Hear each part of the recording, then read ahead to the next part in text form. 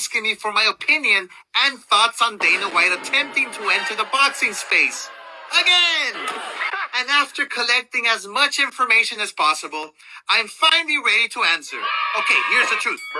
You can't run a boxing organization when you don't have any fighters.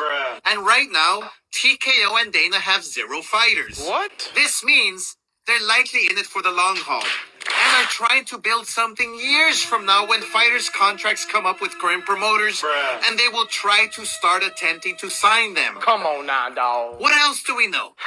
TKO's supposed fighter pay/salaries were leaked a few weeks ago. And if these are real, holy shit! Come on, man. Dana's gonna have several problems. Number 1, no fighter is going to fight for these pennies. The majority of their prospects will fight 1 or 2 times a year and be forced to survive on minimum pay. You're wrong. And keep in mind, they will be fighting tough fights. Dana said, the best must fight the best. So their careers will be short. Number 2, no pay-per-view fighter will fight for $750,000.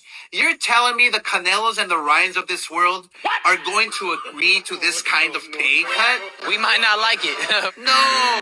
And most importantly, number 3, if these numbers are real, the UFC fighters will be so pissed. The TKO boxers will be getting paid so much more than they are. UFC fighters are already disgusted with how little they get paid for putting their lives on the line.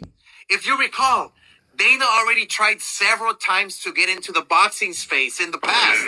Remember Zuffa, which never even got off the ground? The reason you've never seen me do anything is because when Dana doesn't have the funding and the business brains already in place, like the Fertittas or Turkey, he always fails. How about the Ultimate Surfer? No! Or the Power Slap? they didn't do well with stuff. As for Dana's character, it speaks for itself. And there is Oscar De La Hoya on his opinion on Clapback Thursdays about Dana White and the TKO merger. And that's how he felt. You know, and let me counterpunch. I think that, for one, Oscar's right on the money with it. It's like, you don't start an organization and then try to start another organization and pay them more money than your bread and butter. That's just stupid. You know, the UFC fighters will feel unappreciated after everything they've done. And, you know, and one thing I think what Dana's trying to do, which won't work, he's trying to make fighters fight more. Him and Turkey Al-Sheikh. You know, and I think what it is, since his other or previous failed attempts to do this boxing, whatever, right, with him, I think, you know, he didn't have the backing. Now he has the backing, and I think he's depending on Turkey Al-Sheikh to help him out, to help the idea of the mindset of these fighters that are fighting under all of the other sanctioning bodies. But then at the same time, yes, I think they get ripped off. I think boxers get ripped off in a lot of ways. I think the sanctioning bodies, you know, set aside the amount of money that they get from the fighter, from their purses, to stay in their rankings, right? But they pay you so much money in boxing.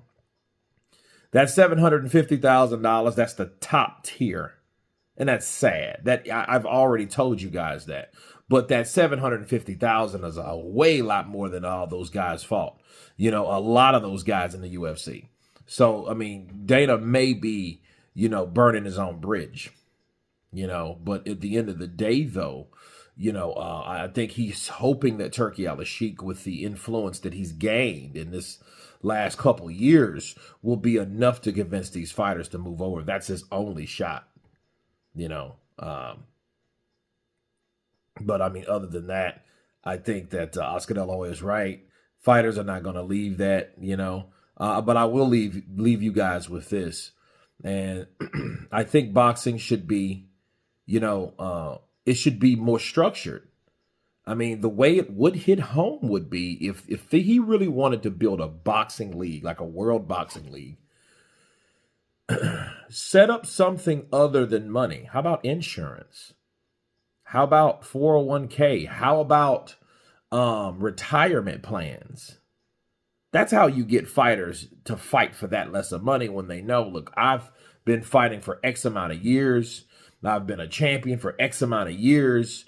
Where does this money set aside for me that I can retire and live off of?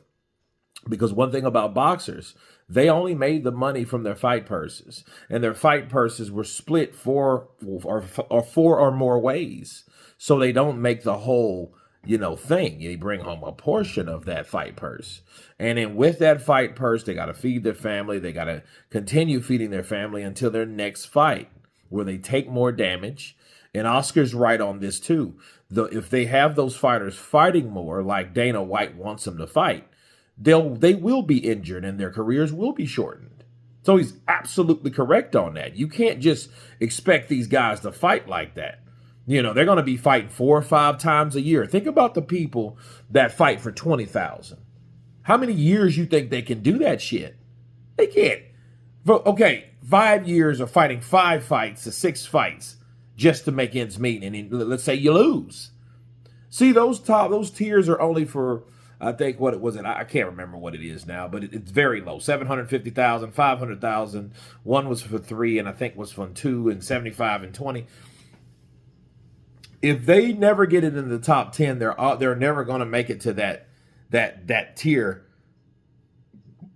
Excuse me, that tier of what they want to make. So guess what? They're going to have to fight more. And a lot of boxers did it. They just fought for those purses. But I mean, they're prize fighters. So yeah, Dana White is smoking crack with those purses, and they're set purses. They're not negotiable. It's like, hey, take it or leave it, because Turkey's a part of it. But then they don't want to set aside a retirement plan for these fighters after it's all over. So what good is your boxing league? NBA, NLB, NFL, you know what I mean? NHL, all of those guys, all of those leagues have a set aside boxing league to take care of the fighter. I mean, the athlete, not boxing. So if he's not incorporating that, he ain't really doing shit, people. He's just trying to make his own name in boxing and make some money for himself for doing absolutely nothing. But you guys tell me what you think of Oscar De La Hoya. Clap Back Thursday. Of course, please subscribe. And you guys been Counterpunch. Peace.